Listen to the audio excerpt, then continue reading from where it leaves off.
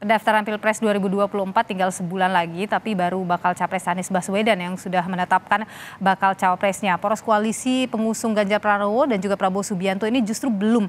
Bahkan ada kesan saling intip dan juga saling tunggu karena beririsan bakal kandidat maupun juga kepentingan partai politik pendukungnya. Kita bahas hal ini, saudara. Sudah bergabung melalui sambungan Zoom, ada pengamat politik yang juga adalah Direktur Eksekutif Indo Strategik Ahmad Khoirul Umam.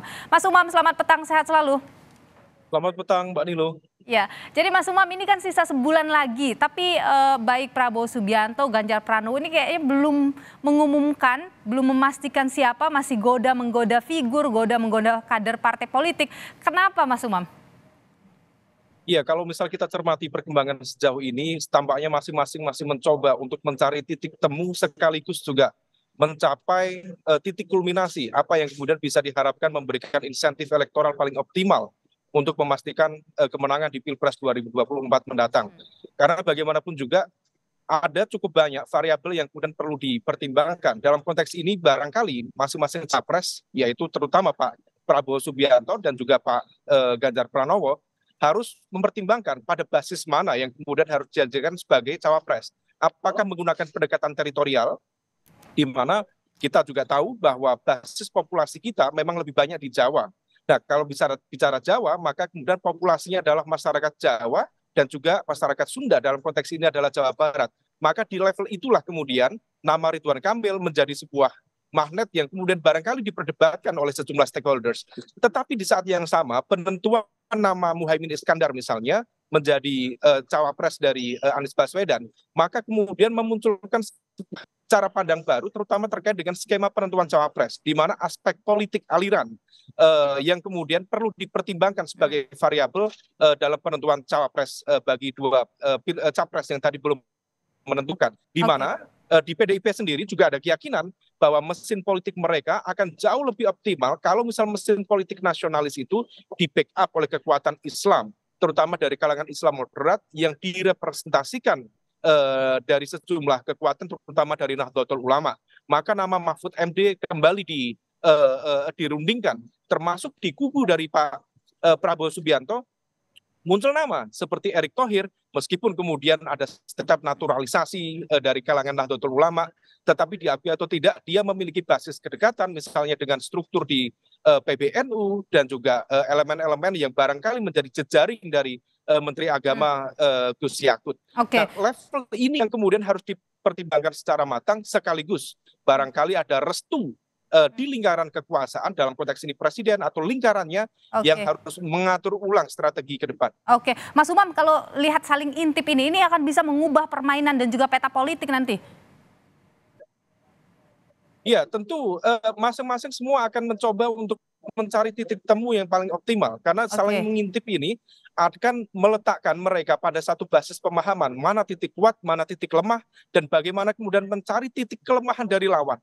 Nah, oleh karena itu ini memang tidak mudah, tetapi timeline sudah memaksa para stakeholders politik untuk secepatnya mengambil langkah, termasuk partai-partai politik yang per hari ini juga belum misalnya menentukan kemana arah berlabuhnya dalam konteks koalisi ke depan. Mas Tetapi Umam, diakui atau tidak, selain tadi, ya. Ya, Mas Umam, kalau Anda lihat ini apakah ini kemudian pertempuran para kingmaker, misalnya Mega dan Prabowo vis-a-vis Jokowi?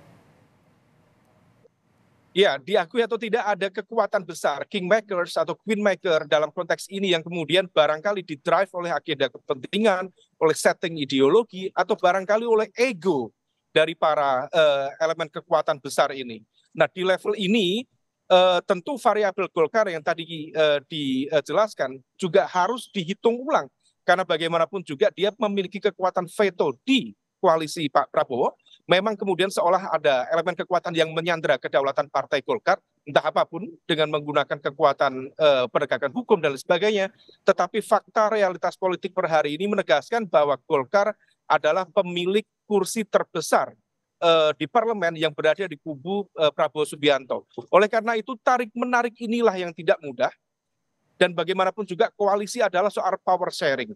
Siapa mendapatkan apa, who gets what, itulah rumus utama dalam konteks koalisi yang solid. Karena satu hal, Mbak Nilo, kalau misal kekuatan besar bergabung dalam konteks koalisi, tetapi dia tidak solid menjalankan mesin politiknya, itu juga akan menjadi sebuah catatan besar bagaimana mesin pemenangan nanti bisa berjalan efektif atau sama sekali tidak efektif. Nah, ini yang kemudian harus diantisipasi oleh semua pihak dalam konteks menentukan komposisi capres-cawapres ke depan. Oke, Mas Umam, bagaimana Anda melihat P3 misalnya yang punya jagoan, tapi kansnya kok masih 50-50 sampai sekarang?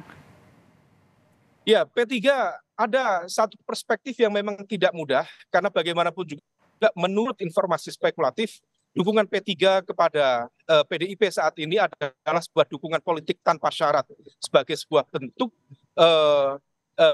balas budi. Bagaimana kemudian ada sebuah catatan yang mungkin belum terungkap dalam konteks pilpres atau pemilu di 2019 yang lalu, di mana kemudian P3 masih tetap eksis dalam konteks di partai-partai di parlemen. Oleh karena itu ketika kemudian ada aspirasi, misalnya mengusung nama Pak Sandiaga Uno, memang di satu sisi itu sebagai sebuah aspirasi. Tetapi di sisi yang lain ada veto player, dalam konteks ini adalah Bu Ketum PDIP, Bu Megawati Soekarno Putri, yang rasanya tidak mudah untuk diintervensi, tidak mudah untuk dikontrol, tetapi menggunakan nalar dan juga kalkulasi politik internalnya. Dan itu dalam konteks ini Mas Sandi maupun P3 rasanya tidak pada satu posisi untuk menekan Bu Megawati, tetapi harus tunduk dan juga sami'na wa ata'na kepada keputusan dari Bu Megawati Soekarno Putri. Oke, legowo nanti ya apapun keputusan dari Bu Mega sebagai Ketua Umum PDIP. Mas Ahmad Khoirul Umam, Mas Umam, Direktur Eksekutif dari Indro Strategi, terima kasih sudah berbagi pandangan di Kompas Petang. Sehat selalu Mas Umam.